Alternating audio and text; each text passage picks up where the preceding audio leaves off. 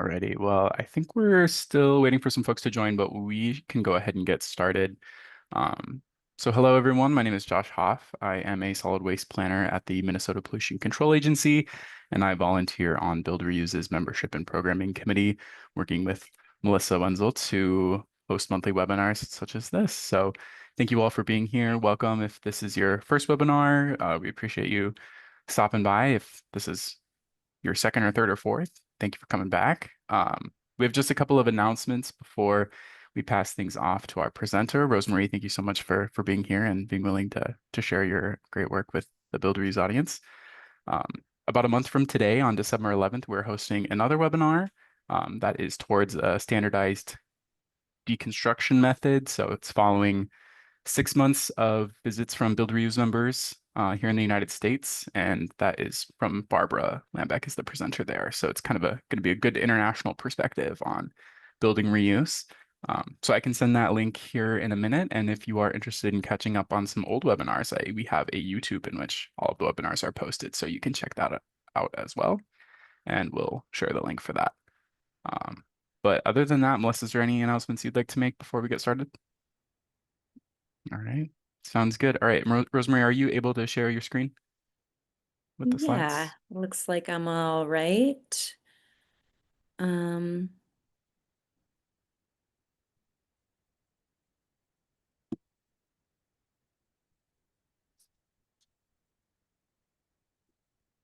All right, let me Yeah, just pull this one up.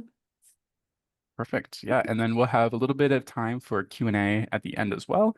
But if you have anything pressing, please feel free to use the chat feature, and Melissa and I can monitor that throughout the presentation. So I'll pass things off to Rosemarie. Thank you all for being here.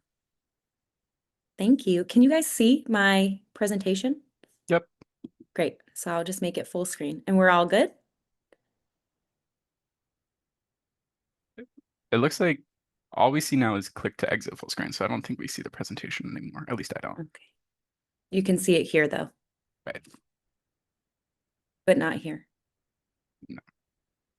Okay, give me 1 second. So let me just do one thing slightly differently. Where's my Zoom? I think I just have to do full, can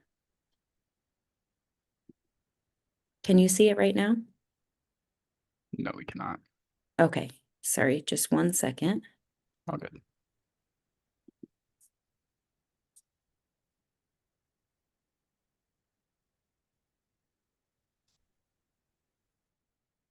Okay. And now? I'm not seeing anything. Is anyone else? No, No. Oh, interesting. just you. Okay, I don't know why. That's so bizarre. Um,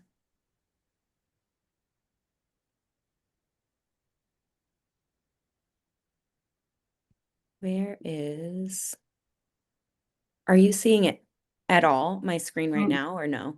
No, just you. Okay, sorry guys. Thanks for your patience. I'm a landscaper and I do my best. Generally I'm not, you know, um, one to have troubles with tech. Would you be able to share your screen, Josh, with the slides that I sent to you? Yeah, give me just Okay. 1 second. Great. Thank you.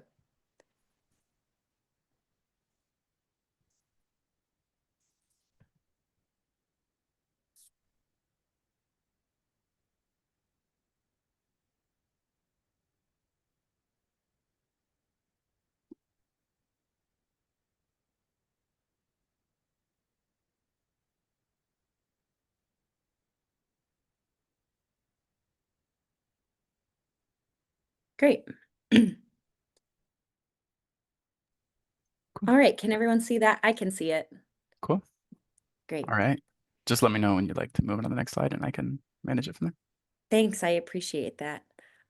Today we're going to be talking about revolutionizing landscapes, which is possibly my very favorite thing to talk about. So thank all of you for joining being a part of this. I like to keep things conversational. I know there's time for a Q&A at the end, but if you have a pressing question or things you're excited to comment on, please feel free to raise your hand throughout the presentation. Next slide, please.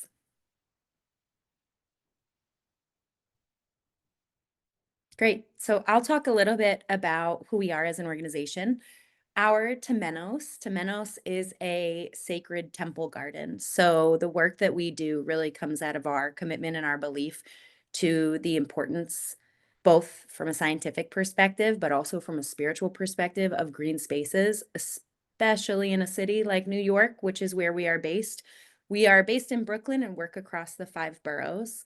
And we're an ecological landscaping company working with residential, commercial, and now government clients since 2024. So what that means, ecological for us, is that all of our operations are grounded in a real commitment to the life cycle of our materials, the use of our spaces from a functional perspective, and as in addition to a beauty and aesthetic perspective, and also the ways in which our working environment affects us and all of the things around us. So we offer services such as garden design, garden builds, habitat restoration, tree services, including planting, pruning, etc., and climate resilient green infrastructure. We were founded in 2018, but I really started this as a side hustle in 2012. So it took a lot of time getting it off the ground. And I think also in that we were working with natives, I've watched this transition happen with residential clients in particular, where in the beginning we were really doing a lot of educating people on why it was important that we were doing things the way that we were doing them, because it's not a marketing scheme. It wasn't something that we just started doing once people caught on. We were really educating people on the importance of doing things in this way. And that started to transition to clients seeking us out specifically for the work that we do and the way that we do it. And now we're working with the government, which is like, wow, what? They've caught on. This is important and relevant and actually an intelligent way for us to invest our resources. That I think goes back to what we were talking about earlier. This momentum has really been building and we're starting to see the fruits of that labor across the board, which is really cool. Next slide, please.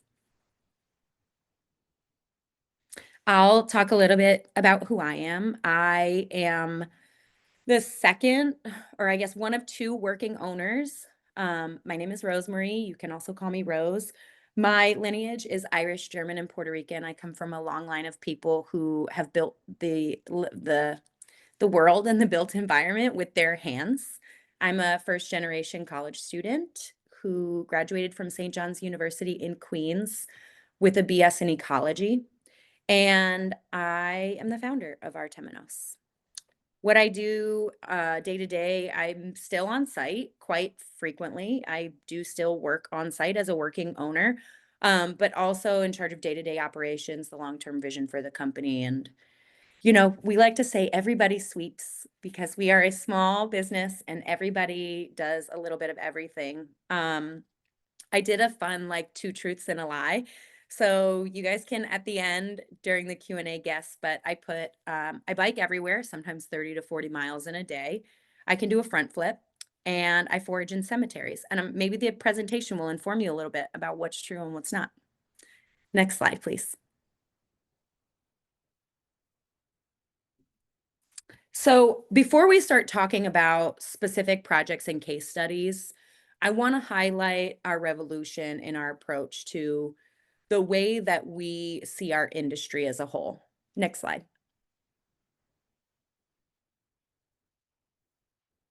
For me, I think it's really two-pronged. There is the approach to the workforce side of things, and then there's our approach to materials and materiality. So I'll touch on workforce because I think if we're thinking about ecology, we're all pieces in this, including everybody that works for us.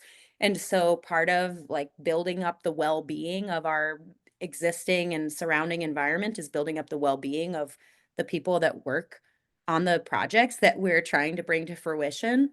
Um, First and foremost, we have partnerships with existing workforce development programs such as Henry Street Settlement and Common Point in Queens. The programs equip these young individuals who are New Yorkers. They are from New York City, and they equip them with OSHA certification, other intro to construction certifications, safety training, and then we equip them with hands-on instruction through their 10-week internship. We run 4 cohorts per year, and we're on our 6th one. So I'm super excited. It's been really amazing. We've been able to hire, um, I think it's 5 people at this point through the program. We've had about 15 interns, maybe we're closer to 20 right now, come through the program. And I think those are pretty great odds in terms of being able to retain young people, some of who are interested in the work that we're doing, some of who are surprised by how interested they are, and some of whom um, get placed with us and they realize that their passion lies elsewhere, whether that's metalwork or HVAC or other green economy initiatives. Um, in New York City in particular, there's a lot of momentum behind electrification of buildings, updating infrastructure in that regard. And so we do try to partner people with other firms if we're not going to be a good long-term fit for them. Um, but I will say our program strengthens our business by providing us with access to an ever evolving hiring pool of diverse talent.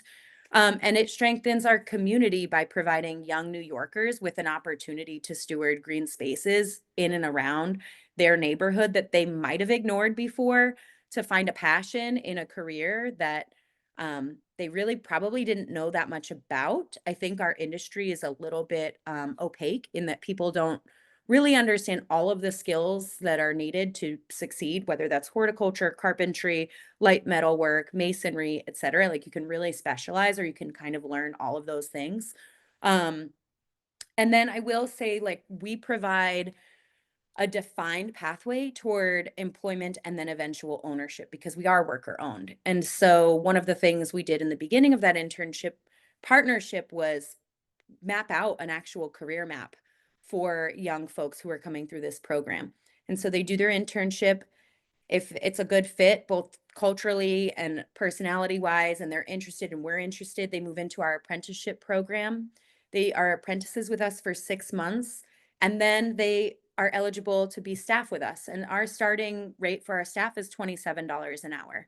So that's like very important to us that we're paying a living wage, that we're creating opportunities that are really like fostering career level again employment for the long term for folks in this industry. And then through employment with us, they also, after a time period, have access to a pathway to ownership. And so I think that's really important that as we're growing, we're saying we're committed to growing alongside you. And the better that we do as a business, the better that we all do as a company and as a team. And I think that's really critical in the conversation around labor workers' rights, especially in an industry that is very exploitative and relies on that exploitation of mostly immigrants, but really people of all backgrounds. Um, so that's just to touch on that. And then materials, which I think the majority of this presentation is going to focus on. For us as an ecological landscaping material, or landscaper, the first thing we're going to do is like limit the removal of material. If there's components on site that we can reuse, leave in place, or upcycle in some way on that site, that's going to be our first choice. We're not going to use gas to cart it out of there. If we can't reuse it on site, then we will load it up and reuse it off site. We design for circularity. It's really important to us. So when we do take materials off of a site, the next site that we're working on, we're figuring out how we can incorporate those materials into the next job. And then our goal is for us to retail excess.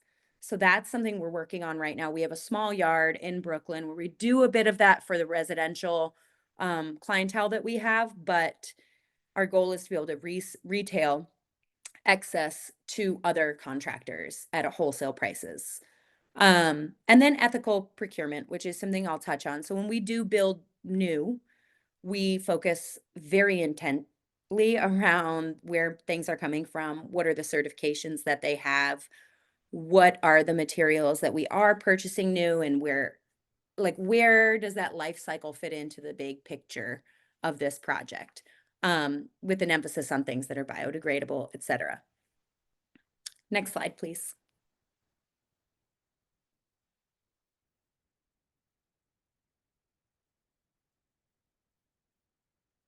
Great. So, on the topic of keeping things on site, this is just one example of a residential project where in the first photo here, there was a pond, an existing sort of backyard water feature, which was super cool, really great. But also, we're in Brooklyn, so the client described it to us as a little rat swimming pool. And they were not a fan of keeping it. So when we installed their black locust patio, we reused all of the stone that was lining the pond and used there on site as part of the retaining wall to really give it that sense of like, yes, there's a transformation that has happened here, but it's more of like the next logical evolution of this space rather than clearing everything out and starting completely new. Some of you might not be familiar, but what would normally happen on a job like this, and in particular where we are, all of this stone that we've cut off the top of a mountain to go get would go into the garbage. It would go into a dumpster and it would be disposed of. So this is like massive amounts of resources that are consistently being thrown away.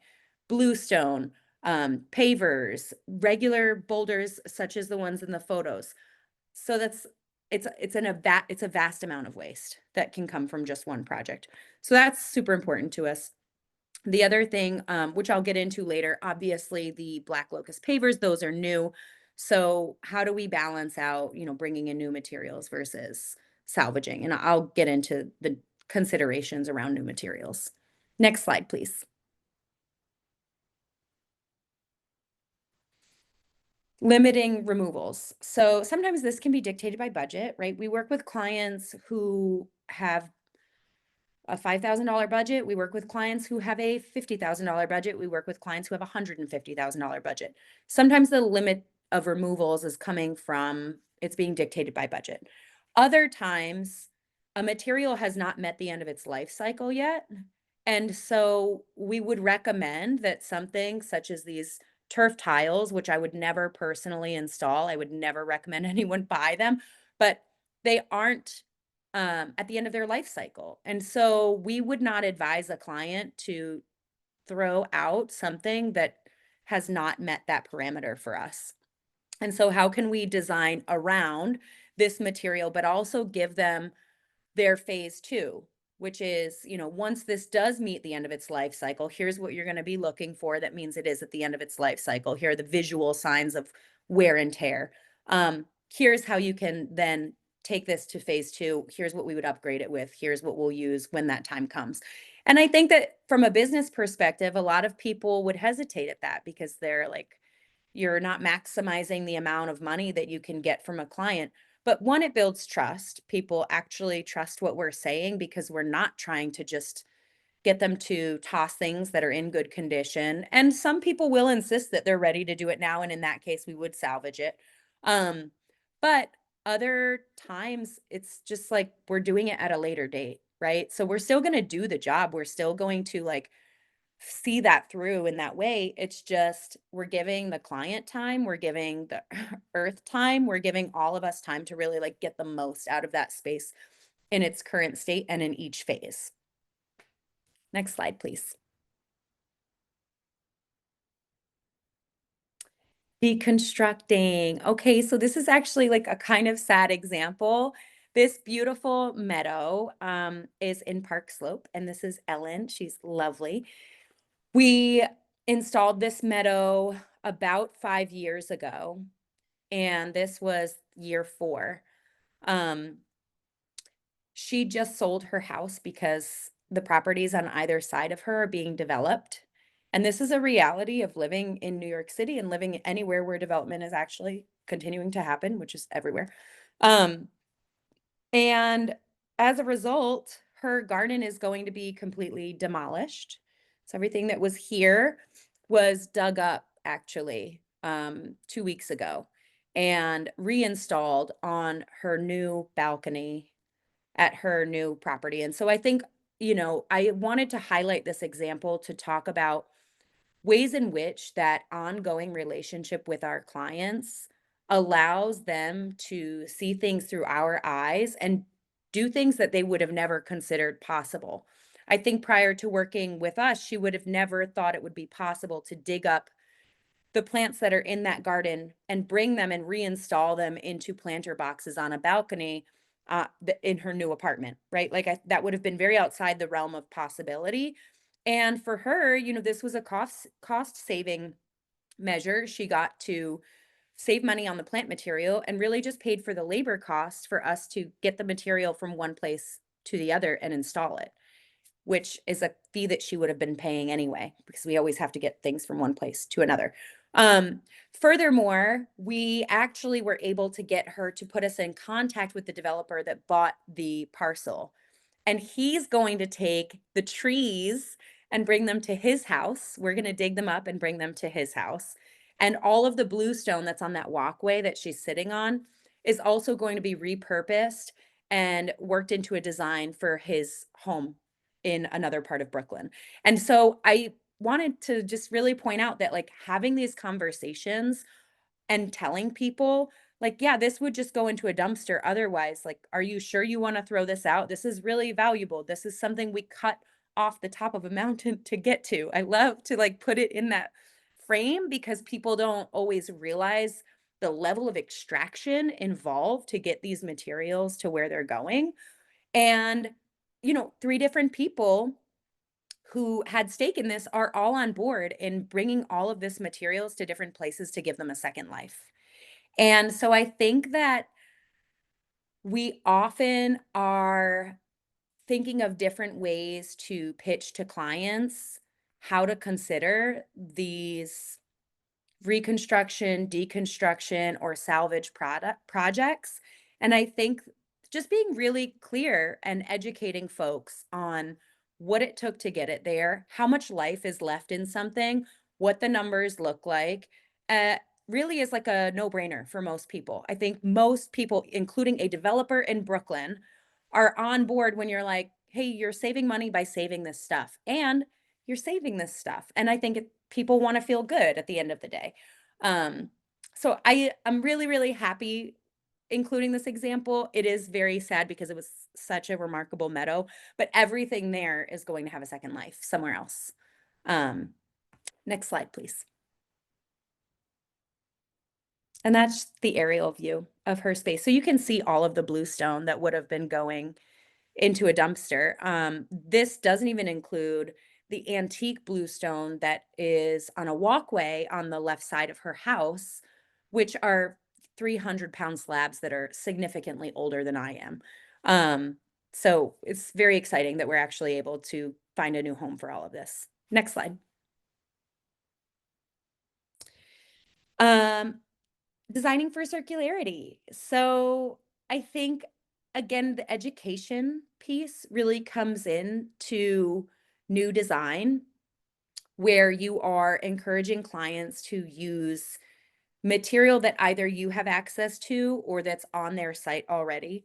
This example in particular, if you look at the center of the photo, there's this like long table on a bluestone patio. All of that was done by a separate contractor about 11 years ago. If you look to the left of that photo, all of that bluestone was found on site. We excavated it from the site. The lot on the left side, that where the bluestone is, that was all vacant lot. It was completely empty. There was nothing growing there. We had to level it. We had to bring in soil. We brought in plants. We installed the walkway. We installed the patios. But all of that bluestone came from the site, and we were able to excavate it, show the client what was there, and then design to use this material in their um, new iteration of their backyard. And it ties in super well with what's already there. The stone obviously belonged there. It was there, it was part of a different design, but it had a place and it was the same materiality. And then it plays really well with that black locust end grain paver, which is a very permeable wood product it just warms and softens the space. I really like using it for its permeability, but also it does feel slightly less extractive. I haven't crunched the numbers on the actual, like, carbon footprint of that versus bluestone. I know most new bluestone is coming from China, even in New York State where we have bluestone quarries. So we definitely are not purchasing new bluestone, thermal bluestone that's coming from China. We try to use everything that's from Pennsylvania, New York. But these black locust pavers, I'm a huge fan of working those in with the stone because they really warm the space up. And that's something that's a renewable resource. The trees grow super fast. It's highly durable. In-ground contact, you're looking at up to 30 years. So really just kind of like getting a grasp on the materials that we're using and then sharing all that information with our clients is super important. Next slide, please. Okay, so ethical procurement. There's really two ways to look at this. We work with city governments and we work with large institutions. And so I can talk about ethical procurement from that perspective, and I will touch on that. And then there's also ethical procurement in instances where new materials are required. There aren't the appropriate materials being salvaged from site. There isn't any sort of like backstock of things that we can use for these steps for this porch, this seating area. We really needed to bring in all new material. We demolished a porch that was rotting and falling apart. And for this client in particular, we were able to not only use the black locust end grain pavers, but use black locust boards. If you work in construction, if you're a contractor at all, you'll know black locust isn't cheap. But when you do the cost analysis of the life cycle of black locust versus a pressure treated versus a cedar, even, it ends up making a lot of financial sense and you get this like really beautiful product. Again, not all things are created equal. There's black locust vendors that are shipping black locust in from Eastern Europe. And then there's black locust that's grown in South Carolina. So I think like finding places that limit the travel miles is key and ideal. And really just again, like knowing your materials, knowing what you're working with, and going to clients and giving them options. We personally do not use ePay. We will not install ePay because they cut down rainforests to procure it. I tell clients that when I'm meeting with them, if that's a wood that they're interested in, we would pass it on. If they're adamant about it, somebody else is going to have to do it. Completely goes against our ethics. We will use upcycled ePay, which we've done before. We've salvaged ePay from other job sites, saved it from the landfill, and then we're able to upcycle it a couple of months later, and that was great. But I think there are, a lot of ways in which it's on us as business owners to be really clear about what we will and won't allow. And our commitment to circularity and to longevity. Um, because this is a hardwood that is an equivalent. There's really no reason to use ePay when this exists. It's beautiful. You can stain it. The hardness is exactly the same, and it's sustainable. So that's ethical procurement when we're talking about sourcing new materials for projects when none of the other options, salvage, limiting removals, et cetera, are available to you. Then there's ethical procurement from the purchasing side of things. And so I don't know if anyone here works in procurement or does business with small businesses or with large businesses for institutions or city governments. But through those bidding processes, often the hook, line, and sinker is the lowest qualified bidder. And I'm really encouraging people to think about the lowest ethical qualified bidder. And in New York City, there are things that are put in place, such as prevailing wage laws to make sure that people are paid at least, something close to a livable wage. Most of the prevailing wages are actually below what we start our staff at. And so I think that's just like something for us to flag when we're having these conversations with people who are doing the buying because they're not experts in our field, right? They're just in charge of securing a contractor for a very specific project. And no one expects someone to become an expert in labor laws and materials and FSC certifications, etc. Um, so I think really just using those opportunities to educate when we can, again, going back to that, and really focusing the interview, the questions, and the RFP around providing a framework for people to show how their businesses are standing out both from an installation perspective and an execution perspective, but also from an ethical perspective. What are contractors doing to go out of their way to limit landfill um, removals? And in New York City, this is actually becoming something that more contractors are going to have to do. It's becoming required by larger and larger firms that we're subcontracting with. It's becoming a requirement for city agencies. So it's really, really exciting. But I think it has a long way to go. And I wanted to bring it up because if you know anyone who works in procurement or you can have conversations with people, it is a topic that I bring up at every event that I go to with city agencies. And I'll give an example. New York City Department of Design and Construction, they're doing a lot more passive house projects and they're looking at certifications that go beyond LEED and that really requires working with contractors that have a highly specialized skill set and knowledge base. I view the work that we're doing similarly, and so really encouraging them to think about moving away from that lowest qualified bidder to lowest ethical qualified bidder. What are the ways in which these organizations align with all of our values, both in this project and as agencies and institutions? And I know that sometimes that takes like maybe one extra step of either having an interview process or including questions about workforce development, partnerships, like what are you doing to invest in the next generation? Um, but I think that little bit of information would lead us a long way down that road. Next slide, please. Okay, that's just a pretty picture. And then the one after is just the question slide. So I think I saw a couple of questions in the chat. I don't know if you want to field questions, Josh, or if you want me to just jump in. Yeah, I'll let you jump in. I've Great. just got the presentation pulled up. Yeah, This I'm cool. not sure. So I see Carol's question asking if we partner with other companies and deconstruction contractors to procure some materials.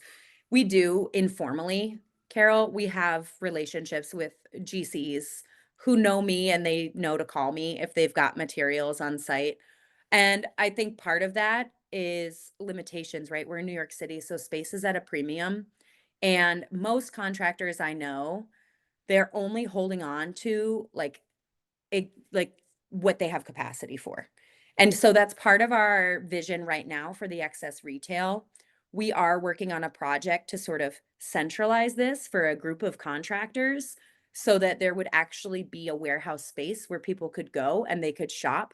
And there's a woman we've partnered with who's founded an app that is sort of like dealing with this trading between different contractors. And so I think there's a lot of momentum and there's a lot of infrastructure that's being built to support that. But the biggest challenge in New York City is space and having space to hold all of that.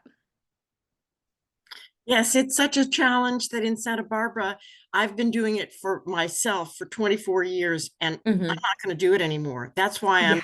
reaching out to find out what businesses are actually establishing that direct connect. That's Yeah. what we're doing here. Yeah. Awesome. Are you working with other contractors sort of on an ad hoc basis, like they know you so they reach out, or do you have a formal way for them to come and find you specifically for that? I've been receiving Hmm. graciously for Yeah, yeah, years, yeah, and at this point, I'm disseminating those materials and yeah. working with the contractors to market materials directly from their sites Hmm. independently. Yes. Yeah, cool. So I actually maybe you should get your email at the end because the woman who has developed this app, that's kind of like where she has honed in on making sure that a trade partner or a contractor can post that they've got this amount of material, this is the condition, this is where it's at, you can come pick it up, here's the price. And every contractor would have their own page of like, here are the materials I have. So you could browse, you could shop in a local area. And I know right now she's focused on New York, but if there's a framework, if there's a network in another city that already exists, it could be really cool to tap her in and start just like building out that easy sort of digital shopping experience. Because for contractors, it's like you also want to know that it's going to be there. If you go to a place and you need a material, I don't want to go to 27 different places looking for what I need. So being able to check online in advance is really helpful. Yeah, so it would be great to connect, and maybe there's like an opportunity there to support like the build out of that infrastructure. Thank you. My golden rule is figure out where it's going to go before you pick it up. And so I'm Yeah. working at it from the other end first, establishing Yeah. the end users. But I'm grateful for this app, and I would be very happy. My email is in the chat. Please, Cool. please contact me. Thank you. Great. Thanks Thank so you. Thanks much. for This your is a very question. great presentation. Well done. Oh, thanks. I was a little nervous. Um, and then the sustainable wood, I saw that somebody answered black locust. Yes, that was the wood that is much more sustainable than Ipe. And I just highly encourage people to really push back on that. I know a lot of public infrastructure, public parks and plazas, they love to design with it. And we've really started like pushing back on our landscape architects that we partner with that we love very much and just letting them know like why we're not using certain things. I actually recently we did a series of tests last year on landscaping fabric and geotextiles, and they're not actually permeable at all. Like water pools in them, it takes quite a long time for water to make its way through these geotextiles. And so we've actually started using burlap because burlap is biodegradable. It holds things in place long enough for them to settle, right? Like you do need the sand, the stone dust, you need things to be able to settle in place without washing away. And I found it to be superior both in planters and underneath our hardscaping. So I think there are a lot of ways in which we can encourage other people to think about things that just seem like, oh, that's the way we do it and that's normal and that makes sense. Just like anything in our culture where we don't question ourselves as to why we're doing it, just spending a little bit of time really looking into the actual efficacy of certain materials and why we're doing what we're doing. Um, and I feel very grateful that that's just sort of a way that my brain works. David asked if burlap has nasty toxics. I mean, it's definitely not as bad as having microplastics in the soil, in my opinion. Because that's what happens with landscaping fabric and geotextile. It's essentially plastic and it breaks down long after we're gone into plastics. So I'm curious if you have anything you want to share that could educate me, but I feel like microplastics feels like the bigger problem. Um, and the biodegradability of it feels yeah, that's just like another factor. And this is tough, right? Because we do install stone and we install pea gravel. And at the end of the day, like there are certain materials that we use that we are moving things from where they were and where they belong to another place to shape the world around us. And there is inevitably disruption and um, extraction involved in that. And what is the way that we can do that while doing the least harm possible without sort of placating, Yeah, without being like, well, it's the best I could do. It's like really do the best we can do. But yeah, I think there's always gonna be something that, like, I still have a little misgiving about in the back of my mind. Um, so I'll just leave the burlap question at that. Thank you. And then I see this question from Anika asking about the cost reductions from reuse. Any idea of the average cost avoided in total or per square foot cost? So that's a really, really good question. It varies from material to material. One of the things that we've done is we've built out a historical pricing estimating sheet for us internally. So I know the price that I've paid for new cobblestone, for example, every single time that I've bought it. And so we have the last three prices input as a generating an average price for us. And we do that with every material. It's saw blades, garbage bags, etc. So that we're always using like really up-to-date pricing for people, and it's not opaque. It's very clear what things cost and where they're coming from. Um, we do add in the materials based on the labor extraction costs, and then also factoring in what brand new material would go for. And then there's a little bit of like doctoring with like when it comes to the quality of it, right? So we've got these wooden tiles that we upcycled from a client. They don't look great. They're fine. Their life cycle, they've got a lot more life left in them, but we've been selling them retail for $1 a square. They're probably like $9 a square. It definitely cost us more to bring them here than that price. But based on the condition that they're in and then the work that clients who are buying them would need to put into it, we're not going to sand them and we're not going to paint them. That would just like drive the cost way up to a point where it's like almost you're paying what it would be to buy them new. So then it's like really about tapping into people who want to DIY a bit, right? So you come to us because you have a little bit of DIY that you do want to do. You're not going to build yourself a deck, but sanding and painting the tiles, you could totally take that on and Instagram it and feel really good about it.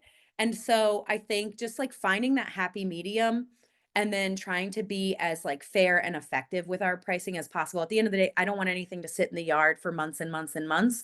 I want things to like be able to keep moving, and not just from like a capitalist retail perspective, but because like we need the space. And so really just pricing things in a way that the material is flowing and it's a good deal for clients and it's effective for us. And there's like a lot of math involved and a little bit of magic and like informality to it. So I think that might be the last. Oh, Kelly asked a question about municipal requirements to help increase the approach to bidding. Kelly, would you unmute and maybe reword that for me so I can understand the context a little bit more? Hi, yeah, I just wondered, with other folks and webinars that I've seen in this community, which I am a newbie to and learning so much, uh, some of the folks, small businesses that are in deconstruction or in the reuse field talk about ordinances, policy development in their local areas, and how some of that has actually been really not only beneficial but essential for them to be successful in doing the work that they do. And so I was just wondering, as you were talking about the RFP and the bidding process, and which I loved, is like, you were talking about not just the lowest bidder, but the lowest bidder with ethical, procurement and sourcing. And I'm just curious, is there anything in place that does help you with regard to that, to increase the momentum and the probability that, your local, whoever you're doing work with in New York, will start to pay attention to how important that is? I mean, because you're trying to educate, which is great, but if you have anything that is policy related or legislate, you know, related legislatively, it can be a huge help. So that's what I meant. Yeah, I appreciate that, Kelly. That's really such a good question. And actually, right now, we're partnering with a class at Fordham who is going to help us develop some educational materials around this topic. And like, this is part of the hard part, right? Like, we're a very small business and we want to do things the right way, or like what we deem to be the right way, and not to like demonize anyone else. But um there is so much unpaid labor that goes into educating people on these topics, even if they are paying clients, and educating ourselves and staying up to date, etc. And so I think that the advocacy work is really important for partners and organizations like Build Reuse and other people who are involved in this to really be pushing in that direction and in that regard. because it's so hard for us as contractors to get involved with that advocacy work. And I know that's not what you were saying we should do, but I just want to like frame that really quickly. Um, and then the other thing I'll say around that is that I think there are things such as the New York City Economic Development Council. They put out guidelines for the circular economy in construction in particular. Um, they have recommendations on requirements, policy, etc. And so I think it's a matter of time before city agencies do start adopting those recommendations. We have a contract with New York City EDC for 66 of their sites. Actually, it's a very big contract. It's like our largest city contract we've received to date. And I will say, like, their forward thinking and their attention to that matter, when they are looking at contracts and reviewing potential vendors for procurement opportunities, they are looking through that lens. So luckily, we've sort of positioned ourselves in advance of this moment by committing to these values to be fully prepared to step into that when the time comes because we're already doing the work in that way. I think that that is something we are waiting for more and more city agencies to get on board with. And again, it's like whenever I'm at these networking events or I go to a lot of minority and women owned procurement events because we are minority and women certified. Um, those sort of events, I really just like keep repeating the same things over and over again and hope that it sticks. And so, yeah, I would say like look forward to more advocacy materials that we'll be putting out as a result of this partnership with this class. And then yeah, if anybody knows organizations that do that kind of work and are excited and want to support in pushing forward legislation, I know Citizens Climate Lobby has done some like teach and learns and like teach-ins in our space about climate policy in New York State. But that's been, it's more general stuff, but we have had the opportunity to speak to them as people who are working on the ground with our hands in the dirt as first responders to climate change, right? Like we've had the opportunity to tell them what are the things that are really affecting us.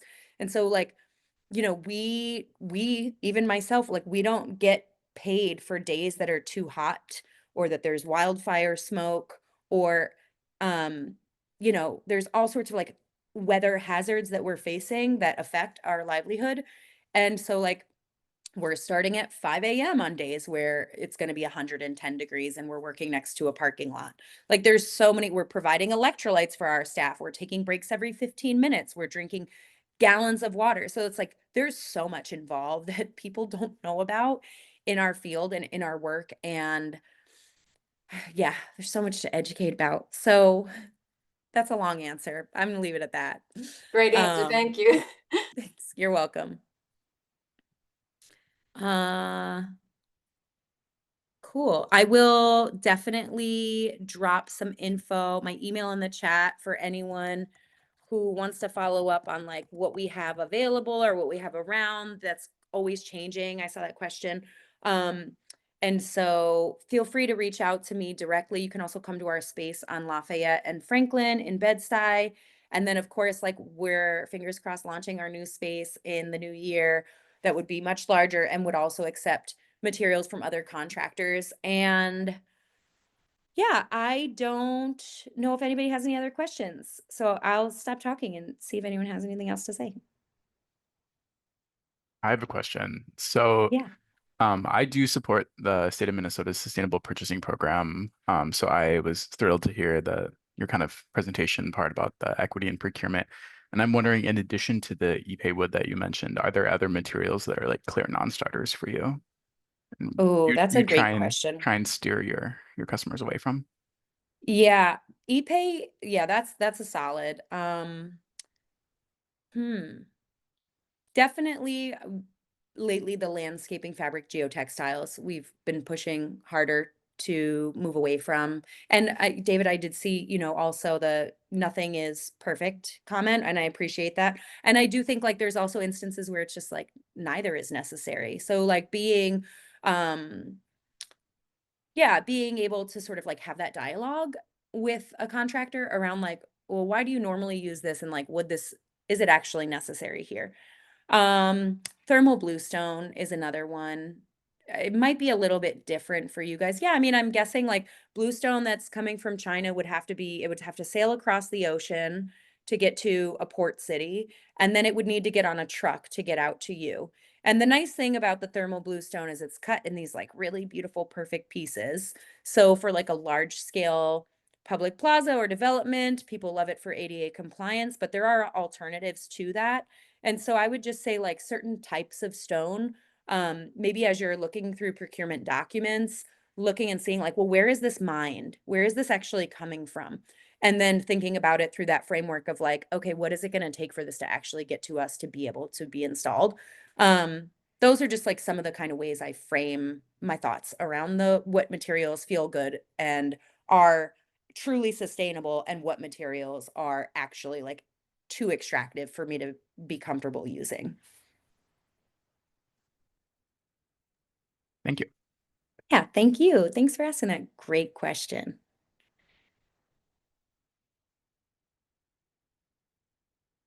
David, did you have a last question?